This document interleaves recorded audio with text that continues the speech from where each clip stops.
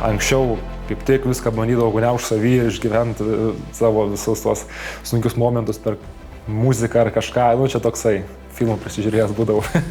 Pamanu, išėjau į treniruotę ir toks, blemba, apsisukau jau eit namo, bet vis tiek, paėjau ten keletą žingsnių, keletą minučių atgal link namų, galvoju, blemba, ką aš čia darau, einu į treniruotės, nuo mažumės esu toks, nežinau, užsispyręs, ten ką užsibrėžiu, toks dažniausiai ir pasiekiau.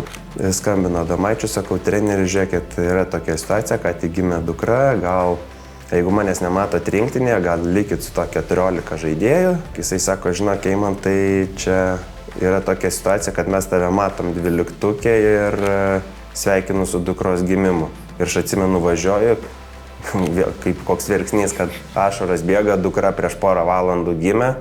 Kad per save perlipt turėjau, tiesiog tas toks momentas sunkus, kur tu atrodo viskas taip paprastai einasi, 1-2 gausi ir naudosis to šansu ir staiga tokia kaip į sieną, turi laukti savo progos, mėnesį 2 sėdė ant suolo ir toks atrodo, kam čia tas, galbūt kažką reikia keisti, tuo metu kažkiek gal buvo nelengva. Kas dabar tau teikia didžiausią džiaugsmą krepšinėje?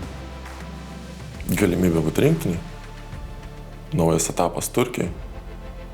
Nauji iššūkiai, pirmą kartą esu su vyro rinktinės stovykloje. Tiesiog tos visos įdomybės ir ta nežinomybė irgi sutikė tokį motivaciją, sakykime. Nenoriu sustoti vietoj. Atsimenu, vakare atsiguliau ir taip pergalvoju, ne blemba, aš turiu būti ten. Ir mano toks slaptas tikslas, žiūrėdamas olimpiadą, pamačiau, kaip apdovanoja olimpinius čempionus, kitų sporto šakų. Ir aš toks pagalvojau, Žemėje gyvena 7 milijardai žmonių. Ir šitas žmogus yra pirmas iš 7 milijardų. Tai yra kažkoks neįsivaizduojamas pasiekimas.